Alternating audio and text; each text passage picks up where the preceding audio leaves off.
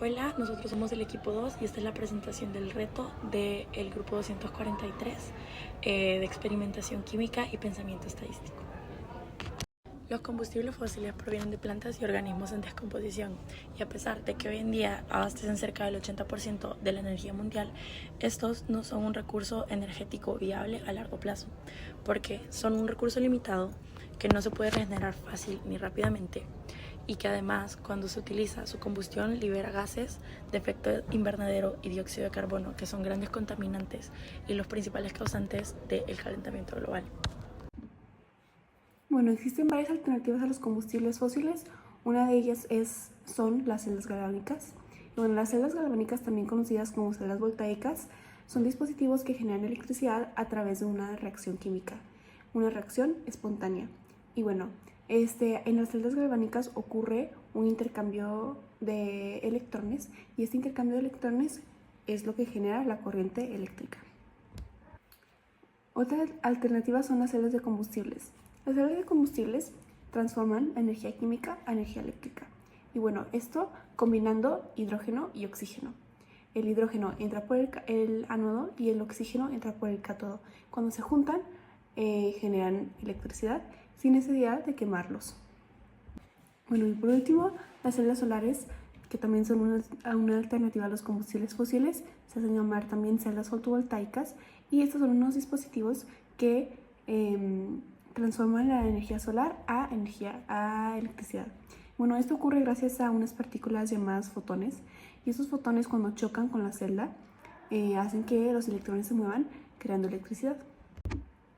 Bueno, ahora hablando sobre las ventajas de las alternativas a los combustibles fósiles, específicamente de las celdas solares. Bueno, es una fuente de energía renovable, entonces tiene poco impacto ambiental, es una fuente infinita de energía y tiene múltiples aplicaciones, al igual que su capacidad de almacenamiento es bastante. Y bueno, ahora las celdas galvánicas. Las celdas galvánicas generan electricidad de una manera directa. Son compactas y portátiles, no ocupan mucho espacio, y no requiere de una fuente de energía externa. Tienen bajo mantenimiento y alta eficiencia. Y por último, las celdas de combustible tienen una alta eficiencia energética con el más del 50%, bajas emisiones, funcionamiento alto y mucha versatilidad. Bueno, ahora hablando de las desventajas, bueno, de las celdas solares, es que principalmente tienen una vida útil limitada, tienen un gran costo inicial, impacto negativo en el ambiente al crear las celdas, y también tienen un riesgo de fuga de electrolitos.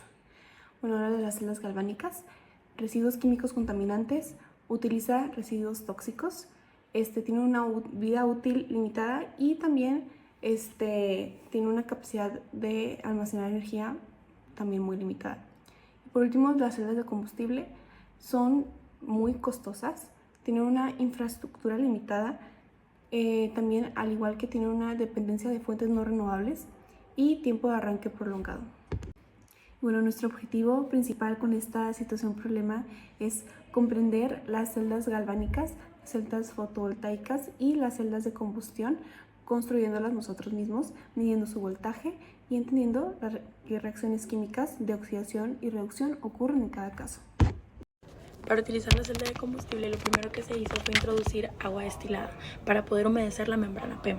Luego se conectaron cuidadosamente mangueras, jeringas y globos, y se llenaron también de agua para que al conectarla a la celda tuviera la menor cantidad de aire posible. Una vez conectado todo, lo que hicimos fue tomar baterías y conectar la celda para que así pudiera empezar la electrólisis, separando el hidrógeno del oxígeno. Finalmente se dejó operar la celda por un cierto tiempo y luego se verificó el voltaje para tratar de hacer girar el motor. Para la preparación de una celda galvánica, primero se preparó el electrolito. Se midieron 40 mililitros de sulfato de cobre en una probeta y después se virtió en un vaso de precipitado de 50 mililitros. Posterior a eso, una barra de magnesio fue envuelta en papel, un papel que podría absorber el electrolito, pero evita el contacto directo con lo que sería el cobre que lo rodea. Después, en el electrolito se deposita el cilindro con la barra de magnesio en el interior, como se puede apreciar en la imagen, y ya finalmente únicamente se conectan los cables tanto en el ánodo como en el cátodo, que sería la barra de magnesio y el cilindro de cobre. La celda fotovoltaica que se utilizó fue una celda del TEC, por lo que no hubo proceso de construcción. Lo único que tuvimos que hacer fue tomar la celda y sacarla a la terraza y apuntarla hacia la luz solar. Luego conectamos el multímetro para medir el voltaje. Al ser un día bastante nublado, pues sabíamos que no iba a tener demasiada corriente y teníamos expectativas bastante bajas al respecto. Finalmente lo que se hizo fue tomar la celda y conectarla al motor para tratar de hacerlo girar. Ahora vamos a hablar un poco de los resultados. Primero tenemos nuestra celda de hidrógeno, la cual generó 1.4 volts, lo que igual sería suficiente para mover el motor. Sin embargo, no lo logró y creemos o sospechamos que es debido a una falta de corriente. Que a pesar de que aunque esta separación genere una buena energía eléctrica, no haya dado la corriente suficiente para que el motor se mueva. Esto es un daño en el motor. Sin embargo, es posible que para aumentar la corriente debamos de unir más de una de estas celdas en paralelo para que las corrientes se sumen. Después del otro lado tenemos nuestra celda fotovoltaica, la cual dio 3.2 volts, que igual que la celda de hidrógeno es más que suficiente para mover el motor.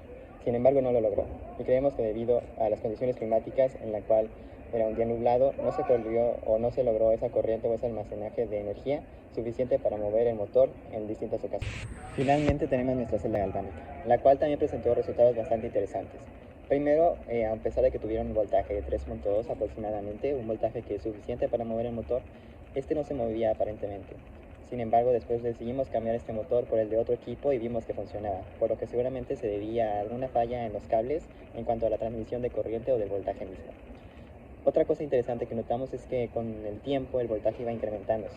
Y esto puede ser debido a la capacidad de los electrodos de generar las reacciones redox, al igual de que el electrolito. Como estamos en una única media celda, el electrolito no tiene este flujo de electrones constantes, entonces se almacena hasta cierto punto en el electrolito, haciendo que llegue a un punto máximo y que a partir de ese punto máximo también decrezca. Analizando los resultados, podemos concluir en que la corriente es un elemento de suma importancia y determinante a la hora del funcionamiento del motor. Esto se demuestra, pues a pesar de tener el suficiente voltaje, en algunos de los casos no se llegaba al resultado esperado debido a la corriente.